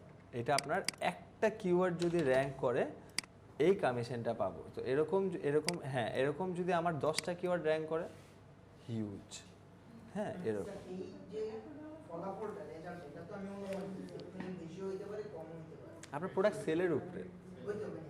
হ্যাঁ, জাস্ট আমি হলো হচ্ছে বিজনেসটা কিন্তু আপনি এখানে হ্যাঁ এরকম পরিমাণ প্রফিট হতে পারে। হ্যাঁ, কিন্তু এখানে মাথায় রাখতে হবে যে এইটাতে আপনার এই ম্যাট্রিক্সগুলো দেখতেছেন কেন? আপনার জন্য, যে আপনি কিওয়ার্ডটা নিয়ে কাজ করবেন কিনা। এখন কিওয়ার্ডে যদি এখানে এইগুলোর মধ্যে থেকে কোনো একটাও যদি না মিলে, কিওয়ার্ড বাদ, আমার প্রোডাক্ট বাদ, আবার কিওয়ার্ড বাদ এইগুলোর মধ্যে, আবার ঠিক তেমনই এই থিংসগুলোর মধ্যে যদি প্রত্যেকটা ক্রাইটেরিয়া ফুলফিল না হয়, তাহলে আপনার কিওয়ার্ড বাদ। এর আগেও একটা ছিল না, সার্চ ভলিউমে ট্রেন্ড, একটা মিস আউট হলে আপনার ওইটি এক্সেলে মিস হলে কিওয়ার্ড বাদ, এগুলো মিস হলে প্রোডাক্ট বাদ। সো এটার জন্যই আমাদের মোটামুটি টাইম আছে 1 উইক টাইমই হচ্ছে শুধুমাত্র আপনাদের নিশ সিলেক্ট করবেন। নিশ সিলেক্ট করার পর তারপর আপনি 10টা কিওয়ার্ড রিসার্চ করবেন ওটার এগেইনস্টে। হ্যাঁ, কিন্তু কিওয়ার্ড পারফেক্ট হওয়া লাগবে। কিন্তু ঘটনা হচ্ছে, যখন আপনি কোনো ক্লায়েন্টের কাজ করতেছেন তখন কিন্তু ওর প্রোডাক্ট যেটা আছে ওটাই তার ঠিক আছে, কিন্তু এখন আপনার প্রোডাক্টও চুজ করতে হবে। আপনার প্রোডাক্ট চুজের ব্যাপারে আপনার সবচেয়ে বেশি টাইম দিতে হবে, যে কোনটা নিয়ে আমি বেসিক্যালি কাজ করব। আগে নিশ ফাইনালাইজ করবেন, ওইটার এগেইনস্টে কিওয়ার্ড সিলেকশন করবেন। বুঝতে পারছি? এরকম। আরেকটা যদি কথা বলি, যেমনটা বললেন যে এইটাই কি আমাদের সেল নাকি, এটা কিছুই না। যদি একটা সাইট দাঁড়ায়, আপনার বুঝতে হবে একটা কিওয়ার্ডের এগেইনস্টে যদি আমার এরকম আসে, একটা প্রোডাক্টের এগেইনস্টে একটা কিওয়ার্ড, একটা প্রোডাক্টের এগেইনস্টে 10টা কিওয়ার্ড থাকতে পারে, আবার আমার সাইটের মধ্যে 5টা প্রোডাক্টও থাকতে পারে। সো অ্যাফিলিয়েশন নিয়ে যদি আর একটু খালি শর্টলি বলি, যে এটা বেসিক্যালি আমি বলি যে এটা গাছের মতো, ইটস লাইক এ ট্রি। কেন? এটাকে যদি আপনি যত্ন সহকারে বড় করেন, একটা সার্টেন টাইম পরে এটা যখন আপনাকে ফ্রুটস বলি বা এটা যখন আপনাকে ফল দেবে, ভালো পরিমাণে দেবে, আপনি ঘুমায় থাকলে আপনার প্রোডাক্ট সেল হবে। হ্যাঁ, এটা ট্রু। কিন্তু ওই যে এরকম যদি চিন্তা করেন যে আজকে শুরু করলাম, আমি 2 মাস পরে আর্নিং পাবো, কিচ্ছু আসবে না। কিন্তু যেমনটা বললাম যে আপনার ওয়েবসাইটই ছিল না, অর্থাৎ আপনি একটা ওয়েবসাইটের ডোমেইন পারচেস করছেন, করার পর সাইট ডিজাইন করছেন, করার পর আপনি গুগলে এক্সিস্টিং করছেন, তারপর আপনার একটা র্যাঙ্কে নিয়ে গেছেন, তারপর যে আপনি আশা করতে পারেন। আর এটা প্যাসিভ ইনকামের সবচেয়ে বড় সাইট কেন বলি, যে ধরেন আপনি 1 বছর 6 মান্থস পরেই মোটামুটি আর্নিং আসা শুরু করে, বাট আমাদের স্যাটিসফাই না হওয়াটাই বেটার, যতক্ষণ পর্যন্ত ভালো আমার মন মতো না আসতেছে। যদি 1 ইয়ার এই থিঙ্ক করেন যে আমি শুধু দিব, আমি নিব না, আমি নিজেকে নিজে জবে রাখছি, প্রতিদিন 2 ঘন্টা করে সময় দেবো আমি, মানে রিসার্চ ইনাফ, প্রতিদিন 2 ঘন্টা অ্যাফিলিয়েশন, আস্তে আস্তে আস্তে আস্তে এই 2 ঘন্টা করতে করতে যখন 1 বছর প্রত্যেকদিন 2 ঘন্টা দেবেন, 1 বছর পর একবার সাইট দাঁড়ায় গেছে, আপনার রোজ কাজই করবেন না, 2 মাসে একবার যাবেন, কন্টেন্টটাকে একটু মডিফিকেশন করবেন, কাজ শেষ। কারণ একবার তো র্যাঙ্ক করছি, আপনি আর কোনো কাজ নেই, এরকম বলেন।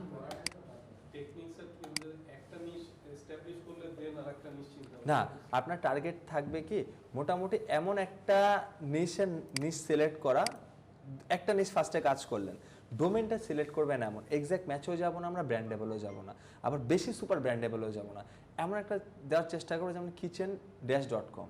ওই কিচেনের মধ্যে কিন্তু আপনার ব্লেন্ডার, ওভেন সব কিছুই করতে পারতেছেন। হ্যাঁ, তারপর হাউসকিপিং, এটার যেটা ছিল ওটার মধ্যে কিন্তু সব কিছু দিতে পারতেছে। আপনার এখন টার্গেট হচ্ছে যে একটা প্রোডাক্ট নিয়ে কাজ করব, 1 বছর পর আবার বাড়াবেন, 2 বছর পর বাড়াবেন, এরকম। হ্যাঁ, পেট ফুড আছে, অনেকগুলো আছে, সো এরকম, কফি অ্যাফেকশন, এরকম। হ্যাঁ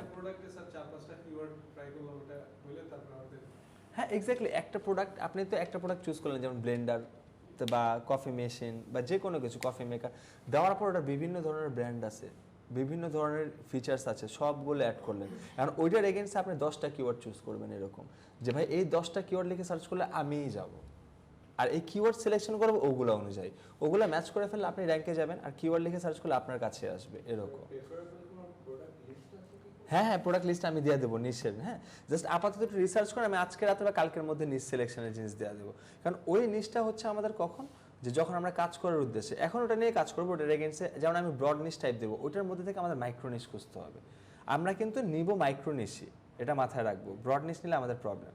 মাইক্রো নিশ নেব, মাইক্রো নিশের পর আমরা মাইক্রো নিশে একটা প্রোডাক্ট নিয়ে কাজ করার চেষ্টা করবো, হাইলি 2টা, পরবর্তীতে যে আমরা আস্তে আস্তে পারবো 1 বছর পর। কারণ 1 বছরে আপনার একটা প্রোডাক্ট র্যাঙ্ক করলেই যথেষ্ট। আমি শুধু আর্নিংয়ের কথা বলতেছি না, এটা র্যাঙ্ক করে দেখাতে অনেক টাফ বলতে কনসিস্টেন্টলি ভাবে লাইগা থাকতে হবে, এমন না যে আজকে করলাম আবার পরশু দিন, লাইগা থাকতে হবে, তাইলে যে দাঁড়াবে।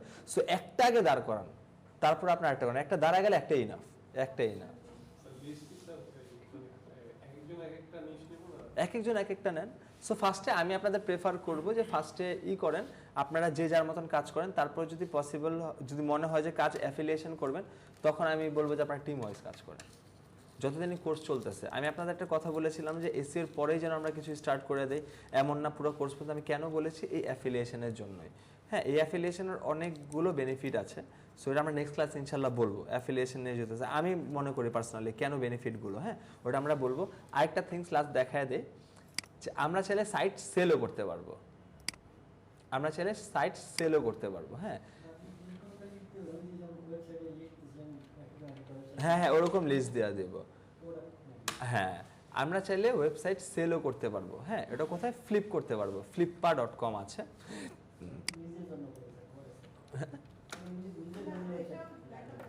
হ্যাঁ, দেখবেন না কত টাকায় সেল করতে পারবেন, বিলিভ করবেন না। হ্যাঁ, এই দেখেন এখান থেকে সাস আছে, ব্লগ, শপিফাই, অ্যাডসেন্স, অনেকগুলো ওয়েবসাইট। তো অ্যামাজনে আমাদের অ্যাফিলিয়েট সাইট, অ্যামাজনে গেলাম, এক একটা ওয়েবসাইট। আচ্ছা, আগে বলি সেল করার আগে কখন সেল করতে পারবেন, আপনার ওয়েবসাইটের এভারেজ আর্নিং লাস্ট 6 মান্থ, ধরুন আজকে আপনি সেল করতে যাচ্ছেন, আজকে থেকে লাস্ট 6 মান্থে এভারেজ যদি আমার ওয়েবসাইট থেকে ইনকাম $1000 থাকে অ্যাটলিস্ট, তখন। কিন্তু যদি $1000 আর্নিং আইসা পড়ে লাস্ট 6 মান্থস এভারেজে, আপনি এটা থেকে 30 গুণ দাম পর্যন্ত চাইতে পারবেন। মানে $1000 আমার আর্নিং থাকলে আমি $30,000 আশা করতেছি, $25,000 কিনে নেবে। এই দেখেন এখানে বলতে $7,31,000, $2,75,000 কি site, content site, Amazon store মানে ওই যে অ্যাফিলিয়েট সাইট, এত টাকা চাচ্ছে। অ্যামাজন স্টোর মানে অ্যাফিলিয়েট সাইট, $5,00,000 চাচ্ছে। Content, Amazon store, affiliate site, home and garden, দেখতে পাচ্ছে $15,000। এখন এই দেখেন এখানে বিডও হচ্ছে, মানে টাকার কথা বলতেছে যে আমি এত দিলাম, হ্যাঁ বিডও হচ্ছে। হ্যাঁ, তারপর যদি বলি যে আস্কিং প্রাইস আছে, মানে আপনি চাইলে বিটও করতে পারবেন। এটা তো স্যার প্রাইভেটে গেল, কিন্তু এই যে উনি কেন এত দামে সেল করতেছে এরকম কি ডিটেইলস আছে? ডিটেলস কেন নেবেন? যার ইচ্ছা ওই সেল করতেছে, ওর টাকা লাগবে। না, বললাম স্যার, আমি পুরোটা বলি অ্যান্সার পেয়ে যাবেন। কিনলাম, একজন একটা কিনতে আমি কিনবো না তো $7 লাখ দিয়ে। সাপোজ কেন চিন্তা করবো? এখন আমি যদি মনে করি যে আমি রোলস রয়েস নিবো, আমি তো নিবো না, আমাকে গিফট দিলাম, এটা সেল করে দিব। কেন হ্যাঁ। বলছি যে উনি যে সেল আমি বলতেছি, বললে অ্যান্সার পেয়ে যাবেন। সো এখানে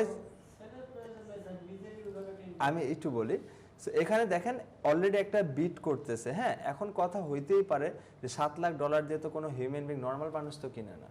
হ্যাঁ, নর্মাল মানুষ $7 লাখ মানে অনেক, একটা ওয়েবসাইট পারচেস করবে, আছে এমন এমন আমাদের দেশেও খুব কমই, যদি কিন্তু আমাদের দেশেও আছে হয়তো, আমরা ওয়ার্ল্ড ওয়াইড এমন অনেক ইনভেস্টর, এমন অনেক বিলিয়নিয়ার আছে যাদের টাকা আছে, কোথায় ইনভেস্ট করবে এটা তারা জানে না।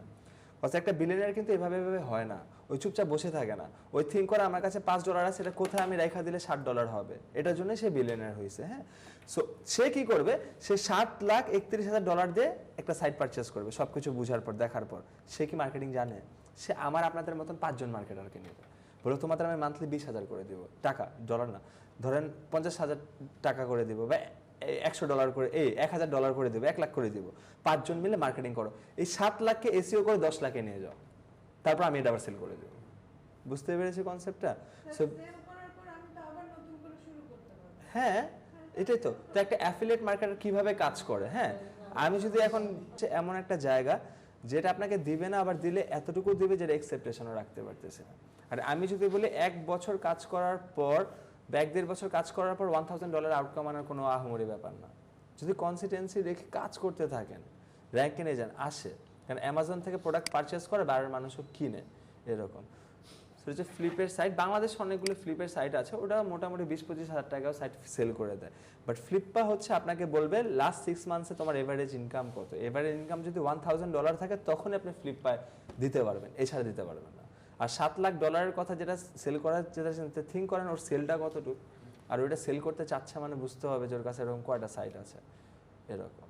সো এরকম ইনভেস্টারও আছে, এটা ট্রু। বিকজ আমি যখন স্টুডেন্ট ছিলাম আমার মাথায় টার্গেট ছিল যে এটা কোন পাগল যে $1 লাখ দিয়ে একটা ওয়েবসাইট কিনবে, বাট আসলে কিনে ওই যে যার আসতেছে সে কেন বিক্রি করেছে, মানে তার তো এখন কি বুঝাইলাম আপনারাকে, আমি কি বুঝাইলাম যে আমি একটা সাইট 1 বছর কাজ করব, আমি একটা সাইট এখন থেকে 1 বছর কাজ করব, সাইটটা দাঁড় করাবো, আমার পেট না ভরাই উচিত, ওইটা থেকে আমার আসতেছে মান্থলি, আমি আরেক একটা সাইটে যদি 1 বছরের কাজ আসে, আমার তো কাজ নাই, আমার কাজ করতে হবে না, ধর আমি আরেকটা সাইট দাঁড় করাবো, ওইটা $1,000 আস্তে আস্তে এটা $2,000 চলে যাবে, তখন আমি এটা সেল করে দেবো, এরকম ভাবে কনসেপ্টটা। সো আজকের ক্লাস পর্যন্ত কারো কোনো কোয়েশ্চেন্স বা কোনো কোয়ারিজ আছে? হ্যাঁ, টিম ওয়াইজ কাজ না করলেও কি কাজ করা যাবে না? হ্যাঁ, 100% কাজ করা যাবে। মজার ব্যাপার একটু বলছে যে মজে স্যার কি একটা ভিপিএন, আরবান ভিপিএন প্রক্সি। হ্যাঁ, এই ভিপিএনটা ফার্স্টে পিন করব, অ্যাড করলাম, এক্সটেনশন অ্যাড করার পর মজে অ্যাকাউন্ট ক্রিয়েট করব। মজে আমার এক্সটেনশন অ্যাড করতে হবে না, আমি অ্যাকাউন্ট ক্রিয়েট করব। ওই ভিপিএনটা কাজ করবে অ্যাকাউন্ট ক্রিয়েটের ক্ষেত্রে। অ্যাকাউন্ট আমার ক্রিয়েট ডান, লগ ইন করে ফেলছে, আমার ভিপিএনটা অফ করে দিলেও হবে। তারপর আমার মজ বার এক্সটেনশন একটা আছে, ওইটা অ্যাড করতে হবে এক্সটেনশন করার পর। তারপর মজবার এক্সটেনশনটা পিন করে দিলে আমার ম্যাট্রিক্স দিয়ে দিবে। এখন কথা হইতে পারে স্যার যখন আমি করতেছি তখন তো করলাম, পিসি অফ করেছেন ভুলে গেলাম, তখন হচ্ছে যে তখন কোনো পেন নেওয়ার প্রয়োজনে জাস্ট পিসি অন করে মজে লগ ইন করে তারপর মজ বারটা ওপেন করবেন, তাহলে এক্সটেনশনটা কাজ করবে, এরকম। ঠিক আছে, তাহলে আজকে এই পর্যন্তই।